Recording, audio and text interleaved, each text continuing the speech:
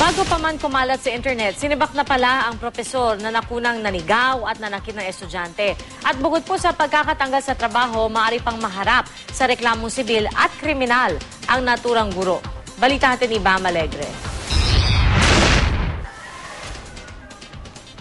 Sa isang video na kumakalat ngayon sa internet, nasaksihan ang di lang simpleng pagkulo ng dugo ng isang propesor sa gitna ng klase.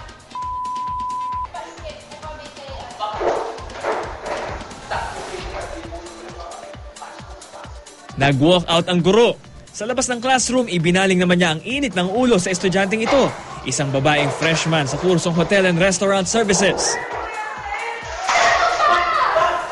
Gamit ang kumpol ng papel, hinampas ni Sir ang estudyante. Dito na nagkasigawan.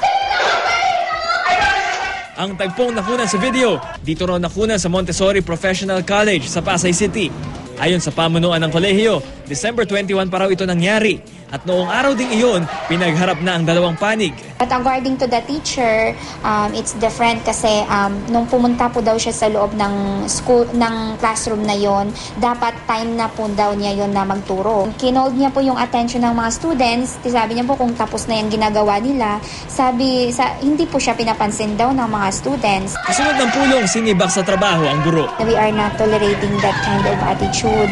Now, sana po sir, maintindihan niyo po na ganito yung decision kasi yung pinakita po niyat natin sa video na to ay pangit po talaga. For that matter, technicality na po, termination po talaga. Personality development, ito raw ang subject na tinuturo ng propesor noong mga panahong ito. At ayon sa system administrator ng paaralan, aminado naman daw ang guro na mali ang kanyang kinilos at tinanggap naman daw ang desisyon ng paaralan.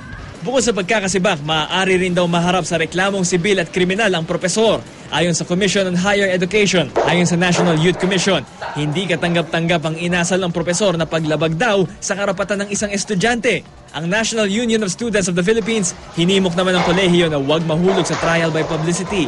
At sa halip, nagsagawa ng masusing investigasyon. Kapwa kailangan daw ng due process ng propesor at ng estudyante. Sa ngayon, nasa paaralan pa rin daw ang propesor, pero para na lang asikasuhin ang iiwang mga grades sa exam. Tumanggi siyang magbigay ng pahayag sa amin. Sa kabila ng napanood sa video, ayon sa ilang naging estudyante, mabait naman at palabiro raw ang propesor.